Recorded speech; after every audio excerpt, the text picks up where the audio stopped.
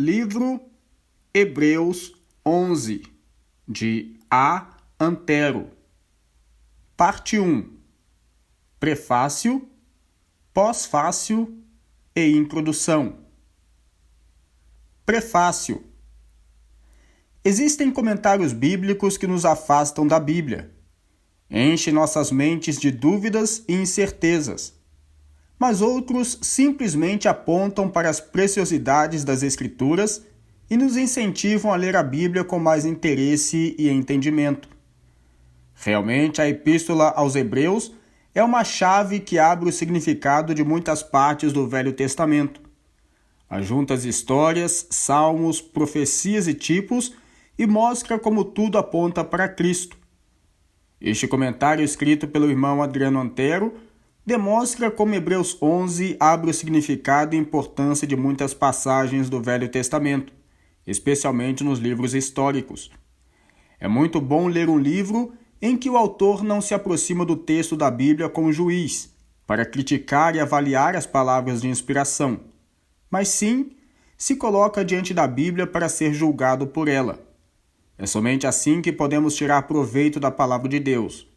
Portanto, com prazer posso recomendar este livro ao povo de Deus. Ele vai aumentar seu amor pelo tesouro precioso do livro do Senhor.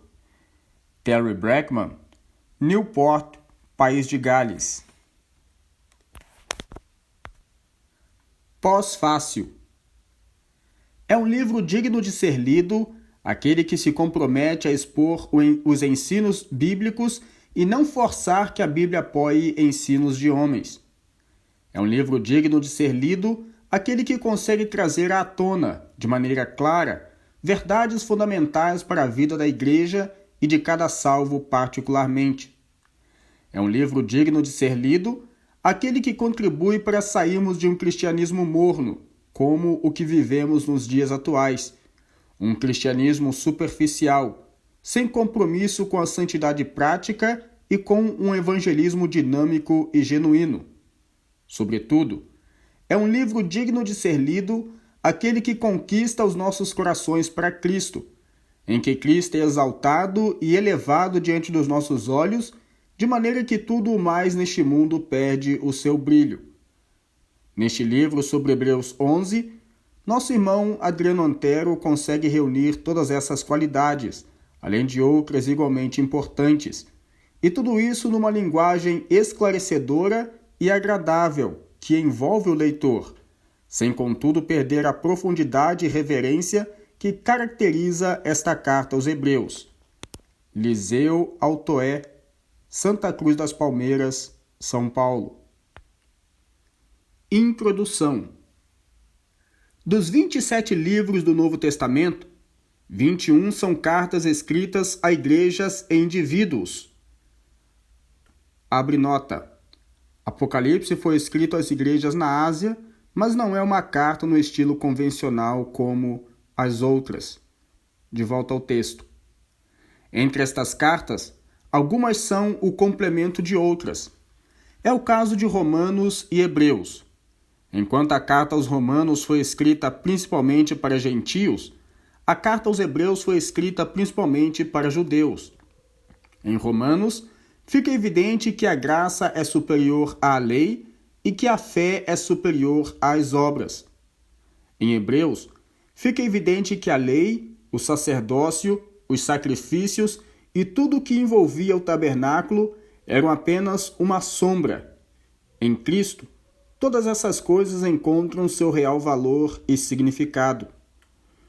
Os receptores da carta aos Hebreus eram conhecedores da lei e das cerimônias realizadas no tabernáculo e posteriormente no templo. Para eles, tudo aquilo era muito lindo e importante. James Flanagan explica o seguinte sobre o sistema que envolvia o judaísmo. Abre aspas. O judaísmo era introdutório e temporário. Era imperfeito e incompleto. Entretanto, era muito difícil para um judeu esclarecido reconhecer esta natureza transitória do judaísmo. Era, afinal das contas, uma instituição divina vinda a eles através da ordenação dos anjos. Tinha sido entregue a eles em glória e era exclusivamente deles, os hebreus. Era um sistema lindo, esteticamente lindo. Suas cerimônias e seus rituais, sua arquitetura e seus móveis, sua música e vestes, seus sacerdotes e profetas, seus pergaminhos e rolos, suas festas e seus dias santos, tudo isso prendia o coração orgulhoso de cada judeu. Fecha aspas. Abandonar essas coisas, ainda mais sabendo que Deus tinha deixado escrito para praticá-las, era extremamente difícil para os judeus. Para eles, ser o mesmo que abandonar sua identidade e o que os credenciava como diferentes das nações pagãs. Seria abandonar suas glórias e seu orgulho nacional. Mesmo tendo convertido, os judeus que receberam esta carta relutavam em deixar de participar das cerimônias da velha aliança. Mas esta carta vem mostrar exatamente os motivos por que deveriam abandonar o judaísmo. Ela fala de alguém maior, melhor e mais sublime do que tudo que conheciam: Cristo. Desde o começo, o contraste entre Cristo e o cerimonialismo dos judeus fica evidente. Apesar das belezas, glórias e singularidade do sistema, o judaísmo era apenas uma sombra. Hebreus capítulo 8, versículo 5, capítulo 10, versículo 1, Colossenses capítulo 2, versículos 16 e 17. Em contrapartida, Cristo é a substância. Uma sombra apenas dá uma ideia dos contornos e movimentos de uma pessoa ou coisa, mas ninguém se satisfaz com uma sombra. É preferível ver a própria pessoa e sentir a substância. É isto que a carta aos Hebreus vem mostrar aos judeus convertidos. Por anos, eles se satisfizeram e se orgulharam daquilo que era apenas o contorno de uma pessoa divina. Depois que essa pessoa veio, eles não precisavam, nem deveriam, ficar ocupados com o contorno. Tinham agora a imagem exata. De uma forma interessante, Clifford Beggs ilustra a loucura de se preferir o judaísmo ao invés de Cristo. Abre aspas.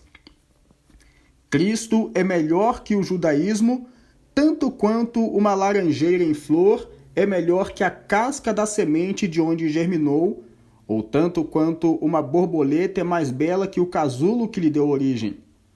Guardar a casca sem semente e desprezar a laranjeira já crescida e viçosa seria um absurdo. Do mesmo modo que guardar o casulo e desprezar a linda borboleta seria aberração. Assim, igualmente guardar a lei de Moisés em preferência a Cristo seria uma loucura e um insulto ao Deus Supremo. Fecha aspas.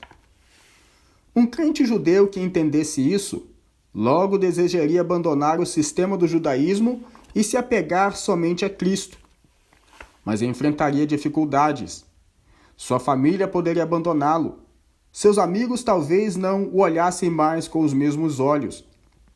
Ele perderia muito do respeito e prestígio que tinha na sociedade e corria até risco de ter prejuízos financeiros. Hebreus capítulo 10, versículo 34. Pensando em tudo isso, talvez se veria num dilema. Valeria a pena abandonar tudo? Seria sensato arriscar ser ignorado por pessoas que amava? Suportaria ver seu nome envergonhado na sociedade? Para estas e outras perguntas, ele encontraria as respostas lendo o capítulo 11 desta carta. Como toda a carta do Novo Testamento, Hebreus se divide em duas partes principais. Os capítulos 1 a 10 apresentam a parte doutrinária. Os últimos capítulos, 11 a 13, são a parte prática. Depois de ler sobre a superioridade e glória de Cristo na parte doutrinária, o crente judeu encontraria na parte prática o incentivo para começar a viver as verdades que aprendeu. Ele pensaria em Abel, Enoque e Noé e veria que, apesar do ambiente desfavorável em casa e na sociedade, valia a pena ser diferente.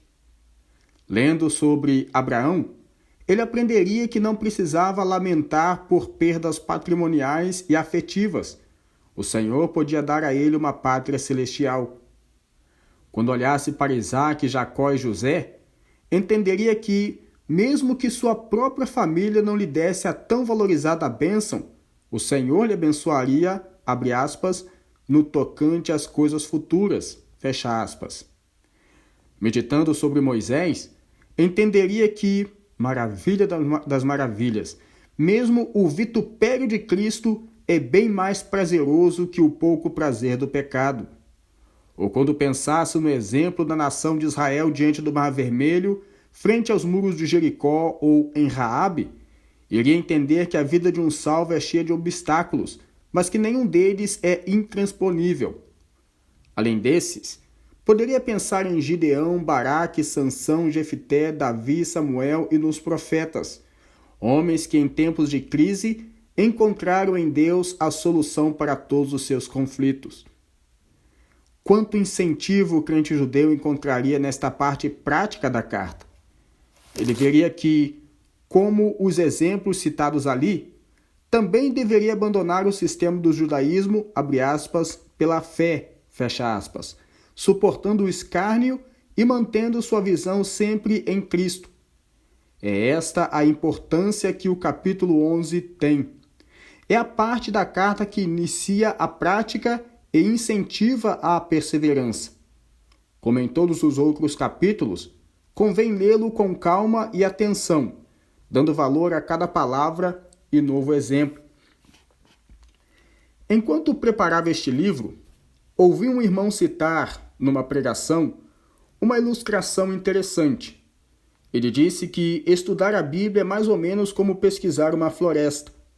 Quando entramos floresta dentro, conseguimos diferenciar tamanhos, cores e espécies das árvores. Mas de vez em quando, precisamos olhar a floresta de um ângulo mais de cima, para ter uma ideia do tamanho que aquela floresta tem. Quando olhamos de cima, não diferenciamos os detalhes das árvores, mas aprendemos com a visão geral. No final das contas, as duas formas são importantes e complementares. Aprendemos tanto com a visão geral quanto com os detalhes. Assim é com a Bíblia. Quando estudamos um trecho, prestamos atenção aos mínimos detalhes que ele tem, sem levar muito em consideração o ensino geral da Bíblia toda.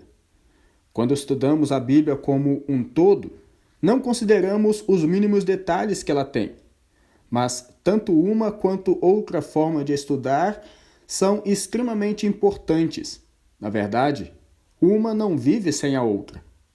É mais ou menos desta forma que vamos estudar Hebreus 11. Embora este livro se concentre principalmente no capítulo 11, será útil usar espaço para considerar também algumas lições no final do capítulo 10 e no começo do capítulo 12. Na verdade, Hebreus 10:38 forma a introdução ao capítulo 11 e o capítulo 12, versículo 2, a sua conclusão. É interessante ver a sequência lógica e espiritual no argumento destes 3 capítulos. O capítulo 10 termina mostrando que, abre aspas, o justo viverá pela fé, fecha aspas. Logo a seguir, no capítulo 11, vários exemplos são citados para mostrar que isso não é uma utopia. Houve, e ainda há, justos que vivem pela fé.